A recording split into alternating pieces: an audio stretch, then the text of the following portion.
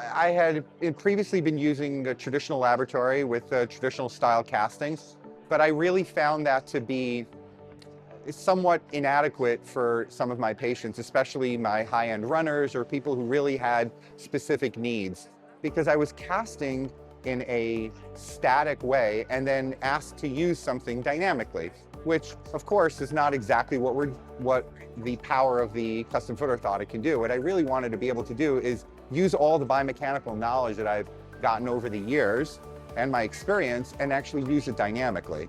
And so with the Phits orthotic, I'm able to utilize the data and really get a hard science answer to implementing custom foot orthotics in my patients' medical needs. So when I'm using the data, I'm using it in a number of different ways. One is, clinically, there are certain things which are subtle, and I may be able to pick something up in the analysis that I wasn't able to see clinically, or I wasn't able to see on a traditional just gait evaluation with my eyes. So putting all those things together with the numbers and the graphs really has elevated my game to making a quality device that's tailor-made to my patient and tailor-made to their issue. Secondly, I use this as an educational tool for our patients where I do them together, where we're looking at the data and designing a device together. And so they really understand what the goals are of using the device.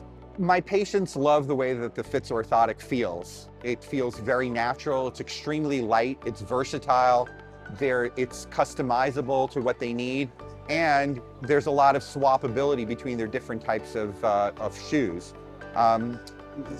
It really cuts down on a lot of bulk, given the way that the design is made from a 3D model, which you weren't able to get in traditional types of orthotics because the different materials had to be sourced from different types of products.